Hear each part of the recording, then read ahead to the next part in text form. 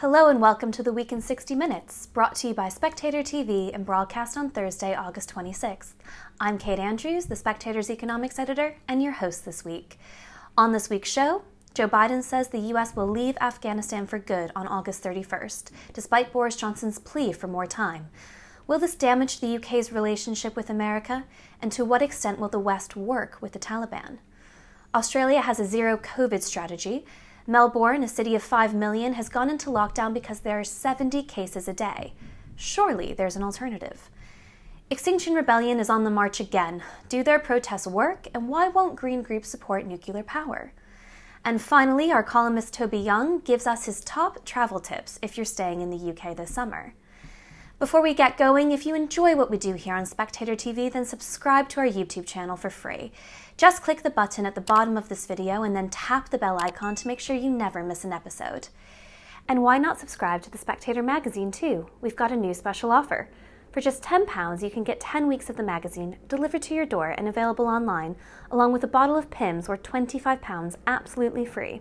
It's only available while stocks last, so go to spectator.co.uk/TV offer to take up the offer now. Now, first, Joe Biden has ignored pleas from the G7 leaders and has confirmed that the U.S. evacuations, and with it the evacuation flights of everyone else, will end on August 31st. Thousands of Afghans who have served with our armed forces could be left to the mercy of the Taliban. Will this hurt the special relationship, and should we engage in diplomacy with Afghanistan's new regime? To discuss, I'm joined by General Sir David Richards, who commanded the international coalition in Afghanistan between 2006 and 2007, and was head of the armed forces between 2010 and 2013. And Sir Christopher Meyer, Britain's ambassador to the United States between 1997 and 2003. David, Christopher, thanks for joining us on Spectator TV. David, we heard on Tuesday that the Prime Minister failed to persuade Joe Biden to extend the withdrawal deadline past the 31st of August. What's your reaction? I wasn't surprised at all. I have some sympathy with President Biden, notwithstanding my, great sadness at the decision he took originally, which precipitated Afghanistan into this crisis. It's all very well for other countries to pester the US to stay on. But they would have to shoulder the burden of whatever entailed. And the fact is, it would almost certainly precipitate some sort of shooting war, albeit on maybe a localized nature, around Kabul airport if the Taliban didn't go along with it. But the fact is, the Taliban are calling the shots, and he doesn't want to risk that. And I think he's right.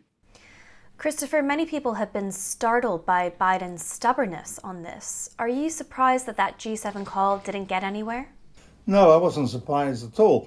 I actually don't think it's a very good way of trying to persuade the American president to change his mind, is to have a kind of ganging up on him by smaller European states with far less at stake in Kabul. So I wasn't surprised, although I think there was a wobble before the summit. There was a moment when he was suggesting that maybe the decision could come under review.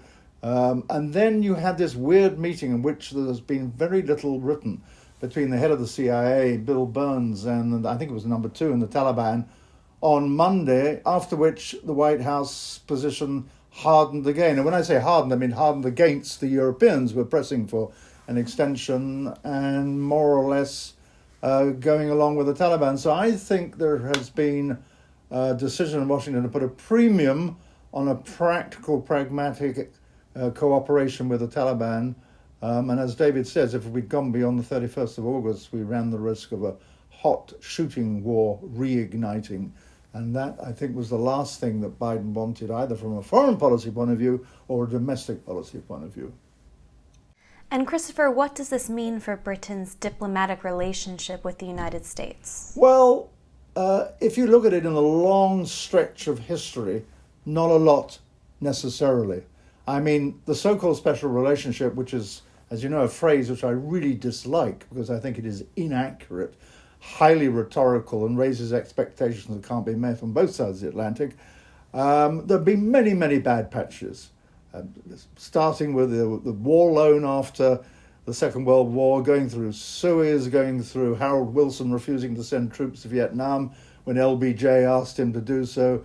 John Major, Jerry Adams's visa granted by Bill Clinton. These are all tough moments in the British-American relationship. Is this a tougher moment than previous episodes? Not necessarily. I think the serious thing here is less for the bilateral relationship between Britain and the United States. It's much more for the nature of the NATO alliance, because let us not forget that the only time in the history of NATO that Article 5, an attack on one shall be deemed an attack on all, was ever invoked was after 9/11. And the Americans, as I remember very well, because I was in Washington at the time, were deeply grateful for that. Now, Joe Biden has drawn the curtains on what was essentially a NATO operation without even a turn of the head towards that original Article 5 decision. So if I were sitting in NATO headquarters, I'd be quite bruised. David, you've described the West as defeated in Afghanistan. Can you expand on that? Well, in a narrow sense, that is what has happened. Whether it was intended or not is neither really here nor there. So, they've come out not only badly from it in a geostrategic sense. Internally within Afghanistan, our stock at the moment is incredibly low, and rightly and understandably so. So I don't think you can disguise it in any other way. The fact is we've been defeated. There's a debate about whether that was necessary. What I'd like to now concentrate on is what are we going to do next? What can we do to perhaps recover some influence within Afghanistan, and most importantly, start putting the Afghan people first and stop looking back. That is very interesting and needs to be done. But right now, those who count themselves as statesmen, and I think sadly we have a dearth of that in the West, need to focus on a strategy that will alleviate the current situation, concentrate where it can on ensuring terror camps don't spring up again, and then getting alongside the Taliban. And although it's usually, as a statement, about being generous in victory, I think this is one of those very few occasions when we need to be generous in defeat. And I was rather heartened by the fact that ISIS have turned their backs on the Taliban, going back, as Christopher said, to the CIA chief's visit. I think that's where the Americans are now putting their money. They haven't probably got any alternative, and we need to help the Taliban sort of come in from the cold and focus, as I said, on the Afghan people and helping them get out of the plight they're in. We'll come on to what may happen in the days and weeks to come in the West's relationship with the Taliban, but for a bit more historical comparison, David, would it be fair to compare America's exit from Afghanistan to Britain's exit from Basra in Iraq in 2007?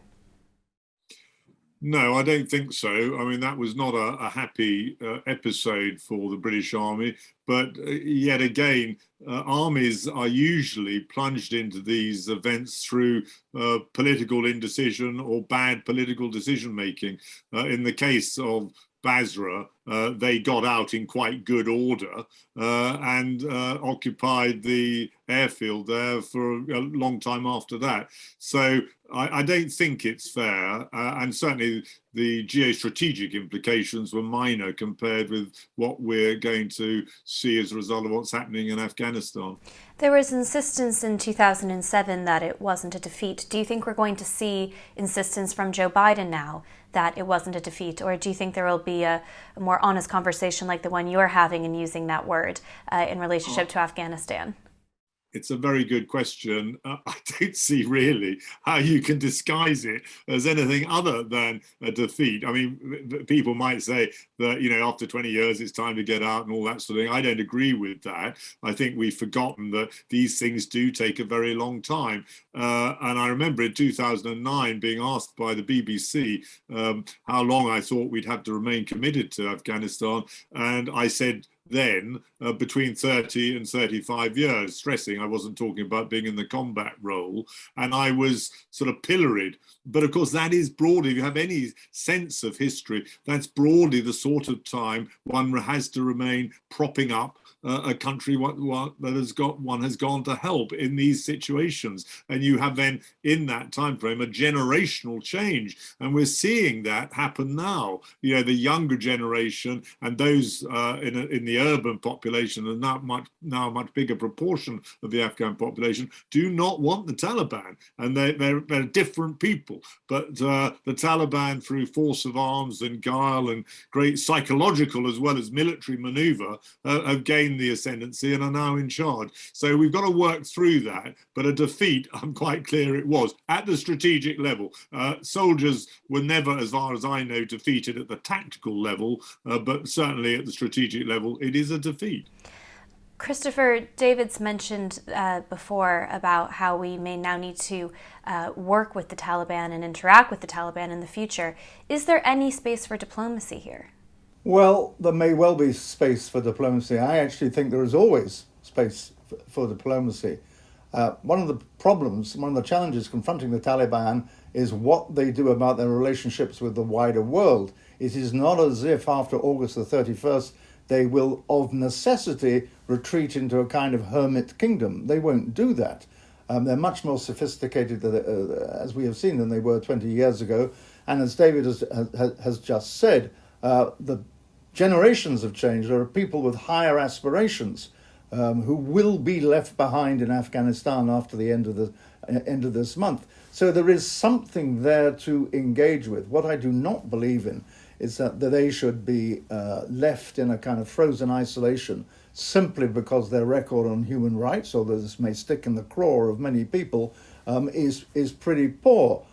They will need to interact with the outside world. And the other thing that I don't believe is that nature is now creating a vacuum. Nature abhors a vacuum, and the vacuum that we and the Americans and the other NATO allies have left behind, I don't think of necessity will be filled by conspiring Chinese or Russians or Iranians or Pakistanis, because the Afghan hostility to foreign subjugation, to foreign occupation, is very, very strong.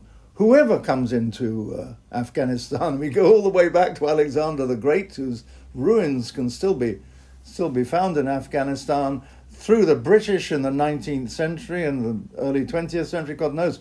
Even before this intervention, we had fought 3 Afghan wars, and we still didn't draw the right political conclusions from them. I'm not talking about military, I'm talking about political conclusions. And I would be surprised to see Beijing, Moscow, and other capitals rushing in to fill the gap that we left behind, because the Russians under the Soviet Union have been burnt once, they're not going to be burnt again. The Chinese are extremely wary about Afghanistan because of a possible Muslim connection with the Uyghurs inside China. So I think there is a lot to play for here, and one of the strategies I think we should consider about Afghanistan is not rushing in some way to try to retrieve the situation, try and get back things that we have lost, but it may be that a strategy of masterly inactivity is called for, is that we let things just calm down. Afghanistan in and of itself is not a particularly important country. And the notion of David mentioned his 35 years. Actually, I thought what he said was 40 years, and I've often quoted him. He doesn't know this. I have plagiarized him in some speeches and some comments, that if you're going to try and change the nature of a state, as opposed to conduct a punitive operation against Al-Qaeda and Taliban, you've got to be there for scores and scores and scores of years. And the longer you stay, the more you set up resistance to your presence there.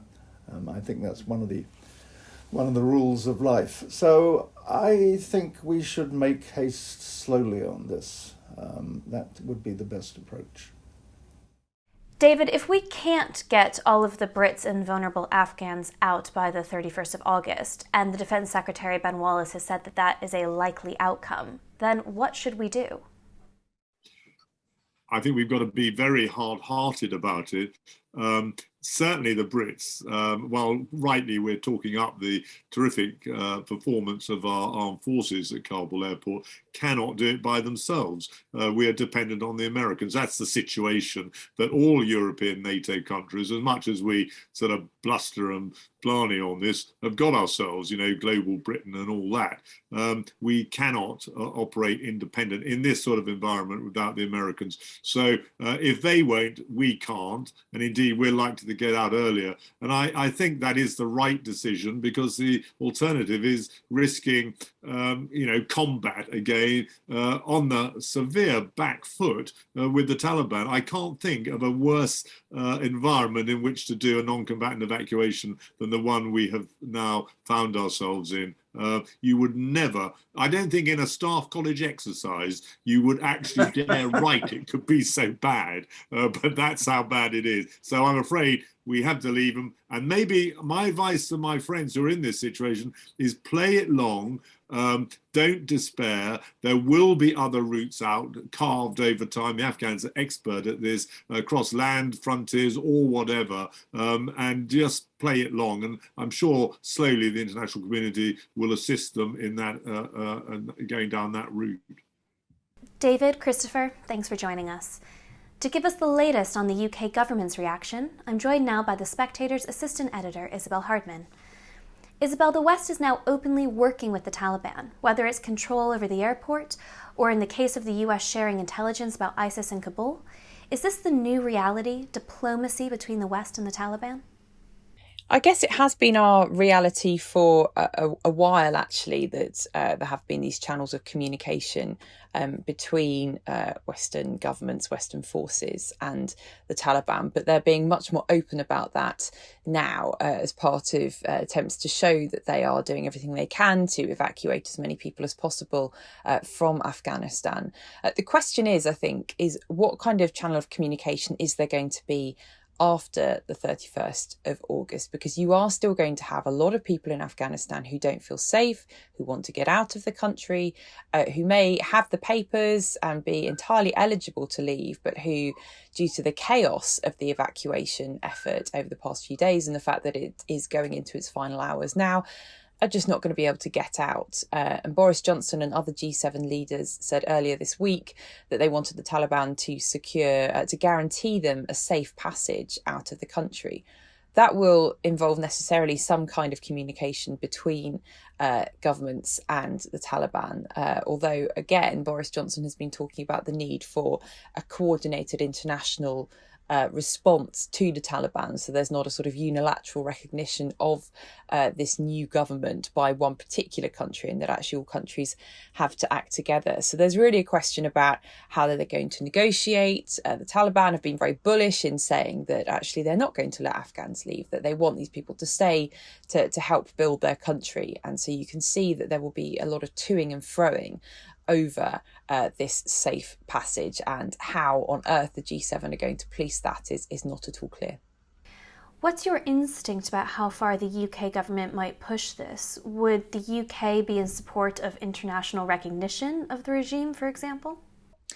Well, they've said that they will only consider international recognition if the Taliban abide by human rights obligations. Now, I mean, that's pretty difficult to see how that's going to pan out in the long term, given the Taliban are already telling women to stay at home, claiming that that's for their own safety while they ensure that there's enough security in the country. But you can see how there may never be enough security for women to go back to work and live the lives that they've been living for the past 2 decades. So at what point do countries say, well, actually, no, things aren't just obviously going backwards, but actually people's human rights are being contravened? I mean, you could say right now that's happening because people are being stopped and beaten at checkpoints. Now, is that something that's compatible with international human rights obligations? I'm not sure. So at what point do countries say, OK, they've crossed the line?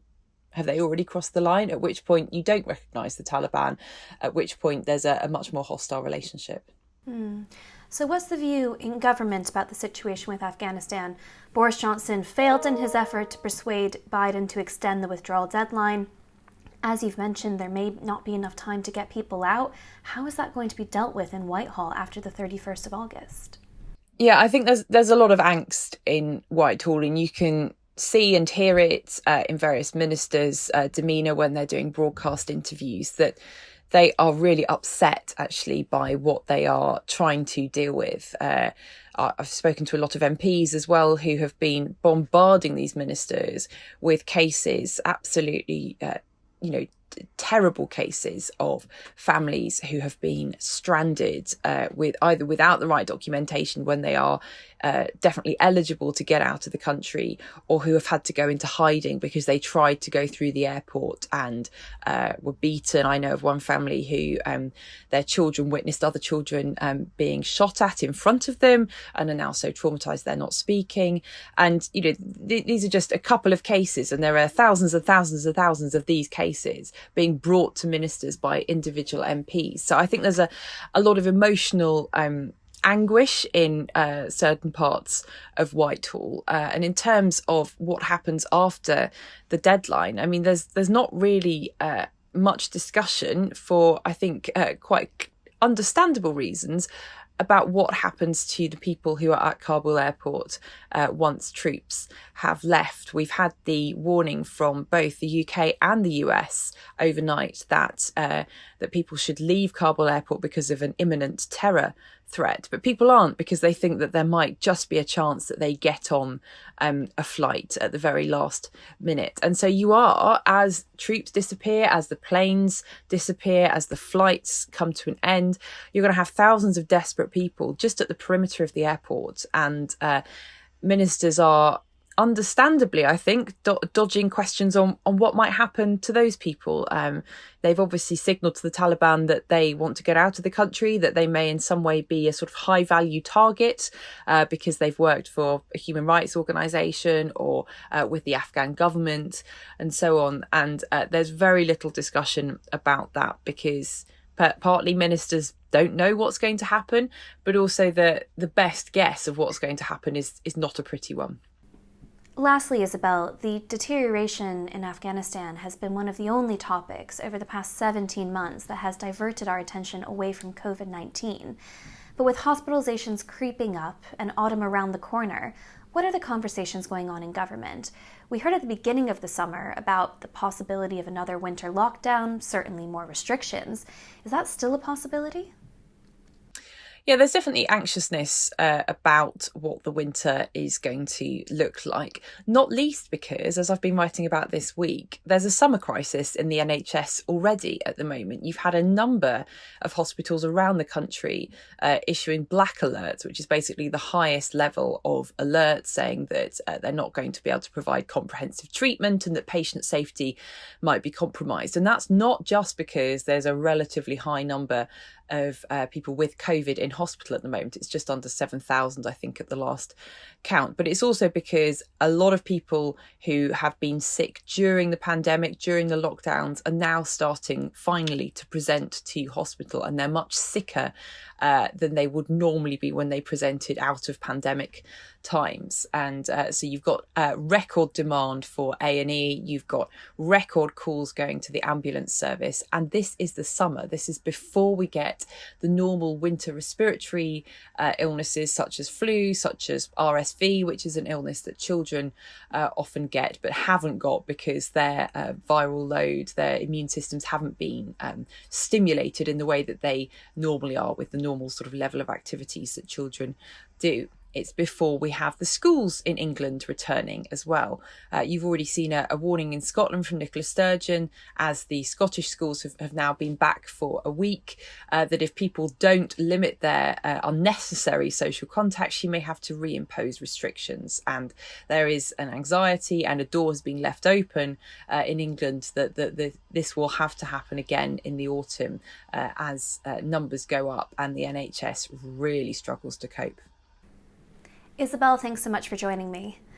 Well, Australia is dealing with this question by taking a zero COVID approach. They want to completely eliminate the virus from the country.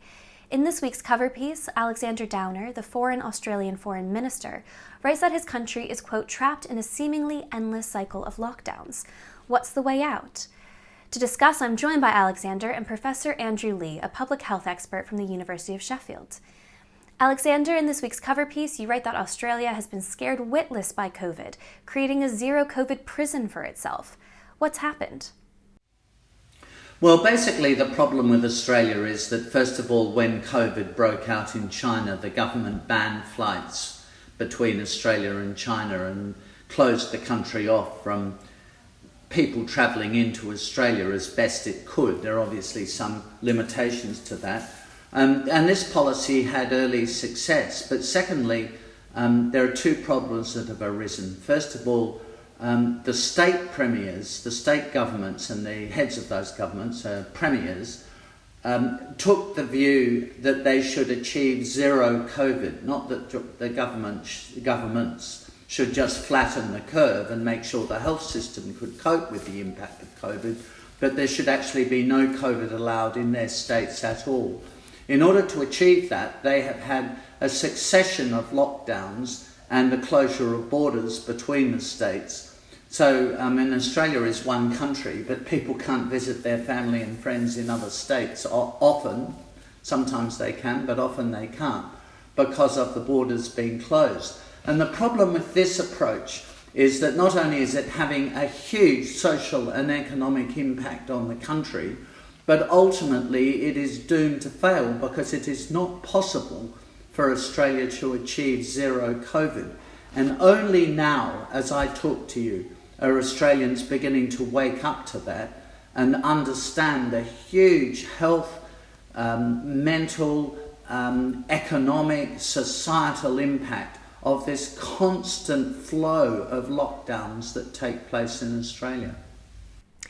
Andrew, this is the zero COVID approach that you once supported. Can you briefly outline the thinking behind it, the reason that some people continue to support zero COVID, but also what's led you to recently question your own opinions on it? Okay, well, I think let's start with the idea of a new emerging pathogen that's highly infectious and highly deadly, such as Ebola or indeed SARS in the early days. And the Australian experience and the New Zealand experience has shown that quick, rapid action, robust action does work to limit the spread of infection. And if you look at the number of deaths that Australia has had compared to the UK, if not for the measures they've had taken, they would probably be looking at something like 50,000 deaths in the past year, which they've not had. So nothing to detract from the efforts and sacrifice that the Australians have done. The issue, however, as Alexander has clearly outlined, is in the longer run, in the longer term, this isn't likely to work, especially now that we've got a variant in the Delta variant that's so much more infectious, as well as pretty prevalent infections right across the world. So it does call into question, can countries like Australia, Taiwan, New Zealand continue to wall themselves off indefinitely, and at what cost? Andrew, do you think if we were still dealing with the original strain of the virus, not the Delta variant, that there would be more of an argument to commit to zero COVID even for 6 months, a year, 2 years more for these countries that are more easily able to do it given their geographical location? Or do you think even with the original strain, this question was always going to come to a head? I think this issue was always going to surface, whichever strain we had, really. I would say that the challenge of addressing the original strain, being less infectious with an effective vaccine, the possibility of achieving that would have been much easier, whereas now I just think that boat has sailed and it's a bridge too far, really. Alexander, in the magazine this week as well, Sasha O'Sullivan writes about her plight. She's an Australian living in the UK, and how she doesn't even know if she'll be able to get home for Christmas 2022. In her article, she mentions some harrowing examples of what's been going on in Australia. There's even an example of a mother being torn apart from her prematurely born child, who she wasn't able to see in the ICU because they deemed her to be too much of a risk, despite testing negative on multiple occasions for COVID-19. Yet the Australian public is still behind these restrictions. You cite a poll in your article saying that most would support closing the borders if there were just 25 cases. So is this a case of the government overstepping and being too heavy-handed because they're in a position to be able to do so? Or is it the case that the government is simply responding to what people seem to want? Well, the first thing is it's governments, not government. This is part of the problem with Australia, that there's the federal government and then there are the state governments. The federal government's responsible for the external borders, quarantine, but the actual health systems are run by the states and they have the constitutional responsibilities for them. The federal government had a system of quarantine where the states, which was administered by the states, where Australians coming back into the country and non-Australians visiting Australia who might have got permission to do so were put into a hotel room for 14 days, not allowed out of the room, but just stay in the hotel room for 14 days. So that was pretty draconian. But nevertheless, people could go home on that basis. Then the state governments decided, because they have a zero COVID strategy, that occasional cases of COVID were escaping from these quarantine hotels, as they were called, Medi hotels. So occasional cases of COVID were escaping, so they should reduce the number of people who are able to use those hotels. And so now, only 3,000 people a week are allowed to go into Australia, and there are something like 1 million Australians who live out of the country. So the other side of that is you have to pay to go into the Medi Hotel. That's $3,000 for the 14 days. That's around £1,500 for the 14 days. And you can imagine the cost to a whole family of that. And over and above that, there are very few flights into Australia. It's very hard for people to get onto a flight, and they are hugely expensive, the flights. It's important to remember that. So, I mean, you've got a situation where the governments, state and federal governments, are effectively saying that, only in the most limited of circumstances are Australians able to return to their own countries. I mean, your mother might be dying, or your child might be very ill, or you might just want to reunite with your family, as you might normally do, say around Christmas or Easter or whatever it is. But it's not impossible, but it's nigh impossible, and you certainly have to have a lot of money to do it. It costs thousands and thousands of dollars to buy an air ticket if you can get one, and then you've got your $3,000 quarantine. So it's really just for the rich and, by the way, the very patient, because you have to wait for months until you can get onto a plane. So all of this is in the cause of zero COVID. And of course, as Andrew is suggesting in answer to your previous question, this is a policy that can never succeed. It's true that not many people have died in Australia with COVID, as compared to, say, the UK. It is true. But the game is not over yet. And since zero COVID can never work, ultimately it's not going to work, there are going to be cases where particularly the elderly and the frail do die with COVID.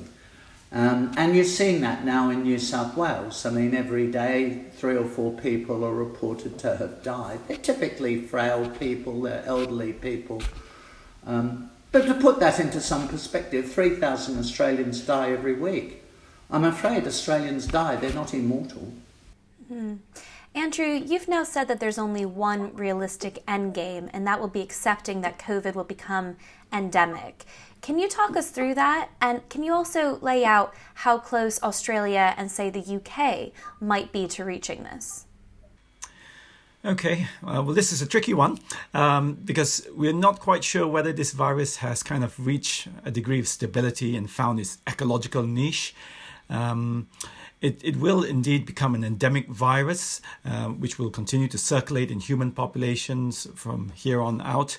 And we will get probably seasonal outbreaks, its cousins, the other human coronaviruses, are winter viruses. So it wouldn't surprise me if we start to see that pattern.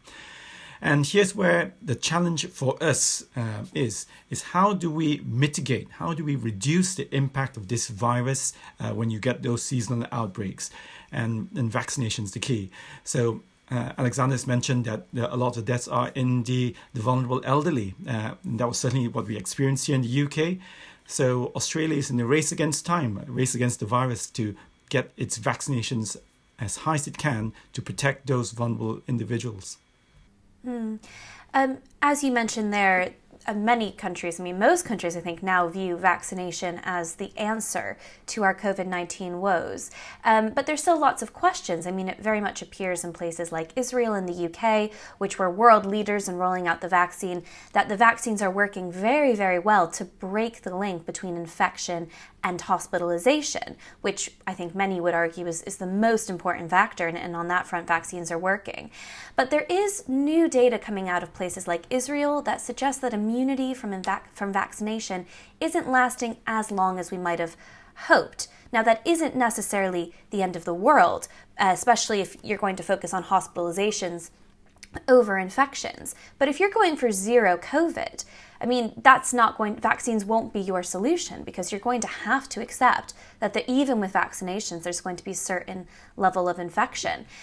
So is this something that Australia is just going to have to come around to inevitably, that even with vaccinations, even with the solution that we have in front of us, they're going to have to accept some level of COVID cases?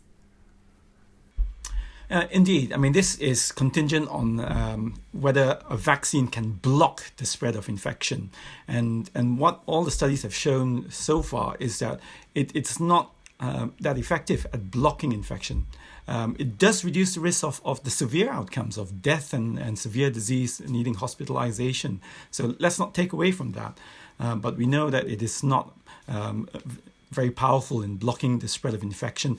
So consequently, to use it as a measure to stop the spread, it's not going to be very successful, if you see what I mean.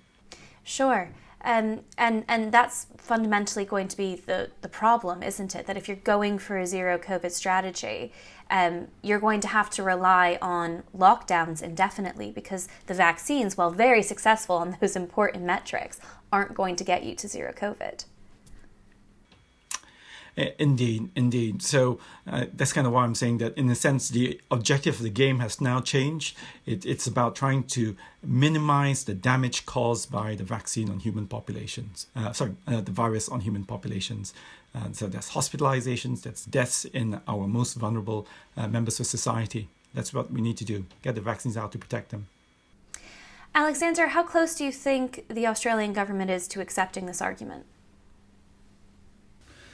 So I think the Australian government, as in the federal government, more or less does accept that argument, as Andrew just articulated it. But I do not think the state governments have reached that point, particularly the governments of Queensland, South Australia, Western Australia. I don't think they've really realised this. And it's as simple as this. The vaccination rollout is happening in Australia very late, and it's happening very late partly because there was a huge scare campaign run on the impact of AstraZeneca. So people stopped getting vaccinated on the grounds that, the Australian government had made an arrangement with AstraZeneca to produce AstraZeneca in Melbourne. So there was initially quite a good flow of AstraZeneca, but they were told that you could die from a blood clot, and there wasn't much COVID in Australia, not much risk of catching COVID. So why would you take the risk of having a vaccination? So people didn't have vaccinations. And so the rollout has started off being very slow. It's getting faster now. But as Andrew says, the vaccine will very substantially reduce the risk of hospitalisation or death. I mean, it will have a huge impact, as we've seen, on that. But it won't stop COVID dead in its tracks. There still will be COVID.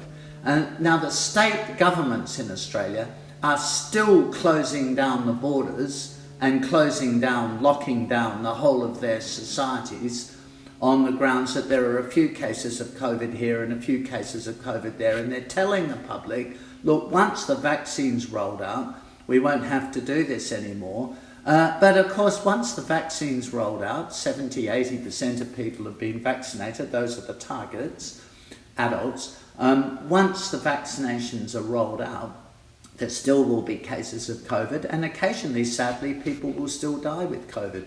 I mean, COVID is just going to be one of the risks of life, of which there are many. And Australians are just going to have to come to terms with that. Protect the vulnerable as best they possibly can, roll out the vaccines as well as they possibly can. But ultimately, you cannot close the country off indefinitely. You cannot have these constant lockdowns. The lockdowns, Australia had a wonderful economic record, better than any other developed country on earth up until very recently. But you cannot indefinitely keep financing all of these lockdowns and this sort of madness of trying to eliminate COVID when ultimately it will be endemic. Andrew, Alexander, thanks for coming on. Now, Extinction Rebellion has taken to the streets again to push for more urgent action to combat climate change. Do their extreme tactics work? And why is there such a pushback in the green community to certain energy alternatives? I'm joined now by Xeon Lights. Xeon was formerly a spokesperson for the group, but is now an advocate for nuclear energy. Xeon, thanks for coming on Spectator TV. You used to be a spokesperson for Extinction Rebellion, but left. Can you tell our viewers what happened? There are a few different reasons why I left. The main reason was that they had made a claim that wasn't scientifically accurate and they wanted to stand by it, and I didn't, which made it very difficult for me to be a spokesperson. But the other reason is that I think they did a very good job in drawing attention to climate change. But I think the conversation has kind of moved on from that now, and people are aware of it, and we should be talking about solutions and what we can do next, rather than repeating the same message that, you know, we just need to act without any kind of direction, without giving any kind of direction in which to act. You know, it's interesting you say that, because I've felt that similar shift too. It feels like broadly across the political spectrum now, everybody is concerned about climate change. Everybody wants to tackle it. So the debate now is really how you go about doing that. And that can still be controversial. It can still be punchy, but it is a different debate, isn't it? It is still controversial. And actually, I don't think it's enough to keep saying, listen to the scientists.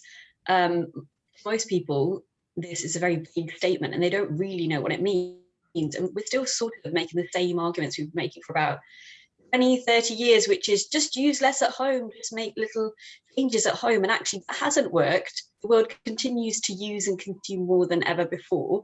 It's not going to work. No one has found a magical way to make everybody use significantly less amounts of energy and consume less. But actually, we just need to look at really practical solutions. And that's the bit where everything could change, because it would actually be doing something different. And I think actually a lot of these organizations think they're doing something different by going out and shutting down roads, but the message is exactly the same as it has been for decades. And it really does need to move on now. So I want to come on to the solutions that you think might work in a bit. But first, when you left Extinction Rebellion, you wrote for the Daily Telegraph after quitting that you didn't just want to, quote, shout ever more loudly about the problem. So what's going wrong with the current climate change debate in the UK? And how do you think the debate could be improved? There is a lot of shouting. It's also a very strange imbalance of kind of saying, support the science, follow the science, and then climate denial.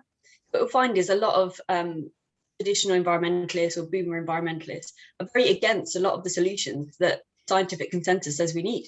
But if you look at the IPCC report, the kind of landmark report that came out in 2018, which galvanized Extinction Rebellion and Fridays for the Future to act, it does have a 97% consensus that climate change is human caused, okay?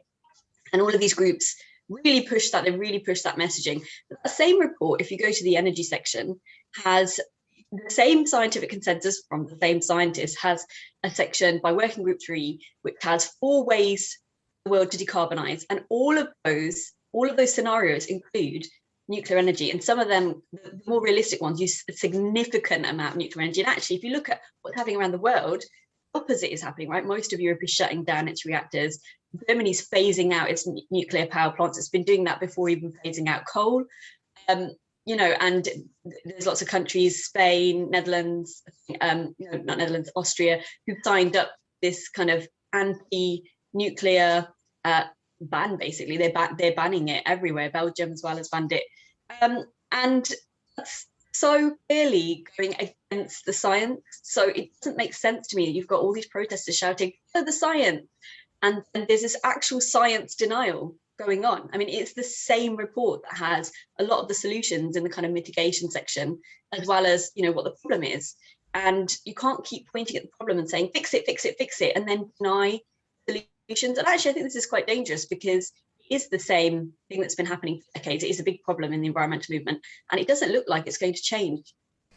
I find there's this new divide in the green movement between those, you mentioned consumption at the beginning of the interview, between those who think that the way that we live our lives, and in many ways the progress that we've made to bring people up, to give them access to more, to make their lives more prosperous, is fundamentally a bad thing. And we need to roll it all back, and we can't live this way. We just have to go back to something much more basic and simple that didn't consume as much. But you're advocating, I think, for this other side of the divide, which is, no, we need to embrace new technology, whatever it may be. We need to look at the data on this. We need to look at the numbers.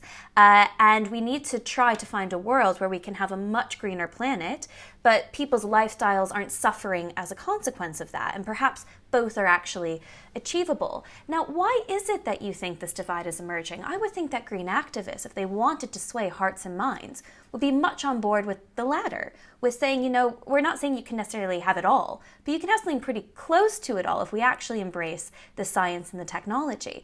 A lot of people don't seem to want to do that. I think it's good. I think it's good that we're seeing this divide, because actually, if you look at traditional environmentalism, which tends to be kind of based in wealthy Western nations that are very well developed, actually, it's always had this strange kind of idyllic idea of going back to nature. Mm-hmm. And it's also had this strange kind of separation from humans, as if humans are not part of nature. Whereas I've always said, you know, social justice issues should be part of environmentalism because people matter too. And I've also always said that we can't deny other countries the right to develop. Now that we're actually getting to that stage, and you have got, you know, green groups and NGOs, environmental NGOs, saying to these countries, no, we don't want you to have fossil fuels. We also don't want you to have nuclear. So we're going to give you a few solar panels. And I'm kind of saying that's not fair, and it's actually kind of immoral. That's not what we had in order to develop a high quality of life. We didn't get access to education and modern agriculture and healthcare and infrastructure in order to access things like health and education. We didn't get that from a little bit of intermittent power. That's the problem, right? We burned huge amounts of fossil fuels, help to cause climate change. And now we can't tell those countries that they can't have it. And what you'll hear in the environmental movement, and I hear this almost on a daily basis, is those people are happy. And it's this really awful view that people have of people that live in poverty, where they think because they live hand to mouth and really simply, they're somehow happier than we are. And actually, you know, they're not. You know, my parents migrated here from a little village in the Punjab in India, where they have no electricity, don't have access to healthcare or medication or education. Rice farmers, they're struggling rice farmers because drought is becoming more prevalent. They're probably going to have to migrate soon. And not happy. They have children. They don't know whether their children are going to make it to adulthood. That's the reality of how billions of people around the world live, you know, because they don't have a high quality of life. It's this kind of constant pushing of this idea that, well, they live on the land, you know, so it's natural and they're happy. You know, when you live on the land, there's a lot of risks involved. You know, you might get wild animals coming in and stealing your children. or your crops, or you might get, you know, diseases that over here we're protected from. I'm not saying that there isn't some balance. Maybe we did kind of not overdevelop, but, you know, you get streets where there's no trees on them and there's lots of, you know, there's too much concrete. I understand people see that and they think, oh, it would be better to have the other side. These are two extremes. And we've got to just have a really balanced view and think, well, how can we develop it still just as sustainably as possible so that the air's still clean, for example? That's where I keep landing at nuclear, because it doesn't contribute massively to air pollution, right? Whereas fossil fuels do. So it's almost a no-brainer. I'd much rather live next to a nuclear plant, which just releases water vapor, than a coal-fired power plant. We all know that, right? And actually the UK, we often import coal, right? When it's not windy or sunny enough and that generation drops, we import coal from other countries, but we would never have a coal-fired power station here. Can you imagine the protest if we tried to open one? So kind of outsourcing that cost other places, usually where, you know, it's kind of poor people having to live there because they can't afford to move away, and they have all these health issues from the consequence of our consumption. So I understand people see that and they think we're to blame, and they kind of self-flagellate and they blame themselves and they think, therefore we deserve to suffer. I just think that bit where they then think we deserve to suffer is completely wrong, and it's about time that died. And what you'll find now is a lot of younger environmentalists who've grown up with the reality of climate change and also grown up with the understanding of what it is to have this great and easy accessible tech. They want the tech, right? This younger generation, they want all of that. They want the online world and they want their phone. They kind of are looking more for a balance. So if you offer them a solution like nuclear energy, which is significant because most of our emissions are from energy, the way that we use energy and produce electricity, then they will take it. And so that divide is very clear, I think, in a generational way. And we're kind of, it's almost the young fighting the old in a lot of ways. And that's in my experience as well, of sort of people that have tried to shout me down now. And I'm just saying to them, you had your chance, it didn't work, things got worse, it's time for you to step out of the way, actually. Well, let me ask you one more question before you go. Watching the Extinction Rebellion protests this week here in London, when you watch them now, more as an outsider than you certainly were before, do you think that these hardline groups are doing more harm than good in the way that they're promoting their cause? I think that we did immense good in the beginning, because I spent about a decade talking about climate change, giving talks on it, coming up with a lot of denial about it. And it was only when I got involved with the Extinction Rebellion, and in that, you know, they've only been around a few years, and in that kind of year, shift that happened because of Extinction Rebellion and Fridays for the Future, that was really important. It did get it on the agenda. Even during the pandemic, people's concern about the environment has remained high because of the work that these groups did. But now it does seem like they're just banging out the same tune. I think the conversation needs to move on. I mean, I said this when I was in Extinction Rebellion, that I said, I think it's time for the conversation to move on. And they said, no, because that's the solution is what we want, which is kind of a fundamental change of the system.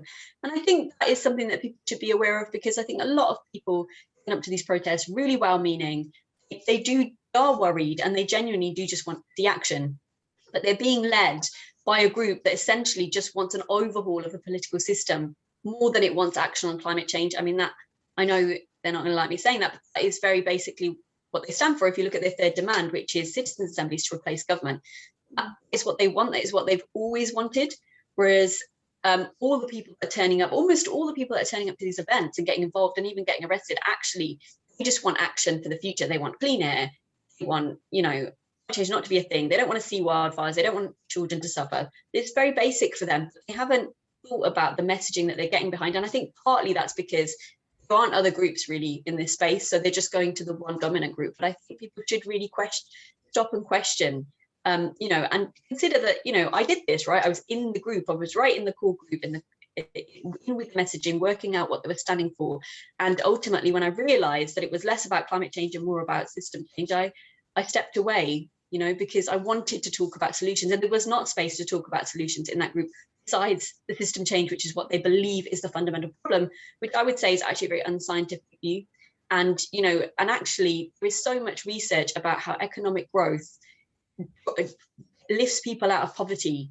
I don't think we should deny that. I think it's dangerous to deny that. And that is exactly what these groups are doing, because they don't like the idea of more development, even though they have the privilege of enjoying this development their entire lives, and they have healthy children. Yes, they're worried about climate change impacts on their children, but they have healthy children because of this development of life. And I realize that's quite a complicated thing to hold in your head, that there's more than one thing going on there.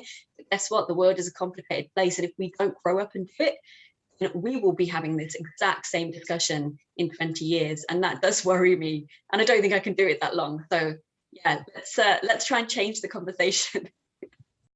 Zion, thank you so much for joining us on Spectator TV. Finally, the summer is, I hate to break it to you, nearly over, but there's still time for a getaway at home. Our columnist Toby Young decided to follow his beloved QPR for a tour of the Northeast and write about his holiday for the magazine this week. Hi Toby, can you tell us where you went and how it went? Yes, I took my two youngest sons, aged 13 and 14, to the northeast of England. Partly just to get out of London and have a holiday, because we're not going abroad this year for obvious reasons, but partly because QPR, the team we support, had two away games on the trot, one in Hull on the Saturday and then another one on the Wednesday in Middlesbrough. So we thought we'd just head up to Hull and stick around for the Middlesbrough game and take in a couple of seaside resorts like Scarborough and Whitby on the way. And one of the reasons for doing that, Kate, is because we missed out on attending any football games last season because they were all played in closed stadiums. And we're trying to make up for that by going to as many as we possibly can this year, including as many away games as we can. So this was very much in keeping with that plan. Well, Toby, I don't think you're alone in wanting to make up for lost time. I think a lot of us feel very similarly. So about this match, this came after your experience of watching Millwall play a few weeks ago, and you said that there were hundreds of police officers, scraps in the streets, nasty stuff. How was this match in comparison? After the Millwall game, there was a bit of argy-bargy, and the Millwall fans were seemingly responsible for that, and my wife and my youngest child, aged 13, were caught up in that. Actually, my eldest son, who's 16, was too, and at one point he had to sort of put his arms around my wife and sort of turn his back to the sort of fighting fans to protect her, and that was, a little bit hairy. But nothing like that happened at either the Hull game or the Middlesbrough game. And I told my children ahead of time that people in the north were much friendlier and warmer generally than people in the south. And actually the reaction of the opposing team's fans bore that out. So when we had dinner after the Hull match with a professor at Hull University who very kindly invited us to dinner, and we didn't have time to go back to the hotel to get changed beforehand, so we had to make our way to this restaurant, on the other side of Hull, wearing our QPR shirts. And but actually every Hull fan we encountered was incredibly friendly and sort of congratulated us on a well-deserved win, and said how delighted they were that we'd travelled so far to the game and what a good game it had been and so forth. But they were all incredibly friendly. There wasn't a hint of hostility because we were supporting a team that had just beaten them 3-0. So I was very pleased about that, because it did, I think, provide my sons with some insight into just how nice people in the north of England are compared to people in the south. Well, how far are you going to take this friendliness point? Are you going to do a broad stroke here and say that the Northerners are simply friendlier than the Southerners? Yeah, I mean, I don't want to push it too far, but I think it is generally true that Southerners tend to be a bit more standoffish and more inclined to respect one another's privacy, and not engage you in conversations in pubs and shops and so forth as readily as certainly people in the northeast do, particularly if you're with children. I mean, I don't want to talk too much about the sentimentality of Northerners. Boris Johnson got into trouble, after all, for describing, I think, Liverpudlians as overly sentimental, but being with kids makes everyone much friendlier, and we certainly experienced that on our tour. You're a London family. Many of our viewers will be from the north of England and might be amused to hear what your son's first thoughts were of the Sainsbury's in Hull. Yeah, well, my youngest son, when we first saw a sort of Sainsbury's superstore on the outskirts of Hull, said that he had no idea that Sainsbury's existed outside of England, and making the kind of, I think, fairly common mistake of kind of confusing London with England and everywhere outside London as sort of a foreign country, and that became a sort of running gag. Whenever he saw a McDonald's or a KFC or a Morrison's after that, it was like, I had no idea they had a McDonald's outside England, We did. One of the striking things when you go on a tour of the provinces is just how many similar, recognisable household brands there are on high streets. It's not the dissimilarity that's surprising, but the similarity. But the difference, at least between Hull and Middlesbrough and London, is that while there were lots of alternatives, kind of lower down the retail hierarchy to well-known household names, there didn't seem to be alternatives above them in the kind of retail food chain. So no organic grocers or artisanal bakeries, that kind of thing. And I got into trouble in a coffee shop in Whitby when I asked the guy behind the counter for a cortado. And I got a blank look, and I explained in what I thought was a helpful way that it was a cross between a double macchiato and a latte. And he said, "Mate, as far as I'm concerned, coffee's just coffee." And my children were very embarrassed about that. Toby, I'm not convinced that even baristas in London would know what a cortado is. I was a barista for years, giving coffee to New York City commuters. And to be honest, maybe this is a criticism of my time in the job, but I don't even know what that word was. I didn't until I read your column. So I'm going to side with the baristas on this one. Well, after your travels, Toby, and with a few weeks left of the summer holidays for people to get their trips in, where would you recommend people go? Well, we weren't wildly impressed by Scarborough, which seemed a little bit seedy. And the seafront seemed to be taken up almost entirely by amusement arcades, which of course my 13 and 14-year-old were delighted by, but might not appeal to some of our older readers. But Whitby was absolutely delightful, really nice, and not kind of not spoilt in the same way. Lots of nice fish and chip shops, locally owned, not high street branches. We went to the Captain Cook Museum, which I thought was pretty well done.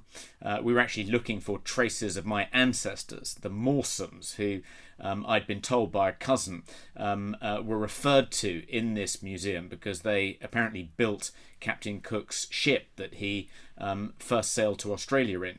But we couldn't find any trace of the Mawson family in the Captain Cook Museum, and my 14-year-old joked that was probably because some protesters last year had discovered their links with the slave trade, and that if I looked in the harbour I might find a statue of my great-great-great-grandfather. I don't think they actually did have any links with the slave trade, I should stress, but it was quite a funny joke. And those were Toby's travel tips. Toby, thanks for joining us. And that's it for this week. If you enjoyed this episode, why not subscribe to the Spectator's YouTube channel so you never miss out? Just click the subscribe button at the bottom of this video and the bell icon to make sure you never miss an episode. Thanks for watching, and do join us again next week.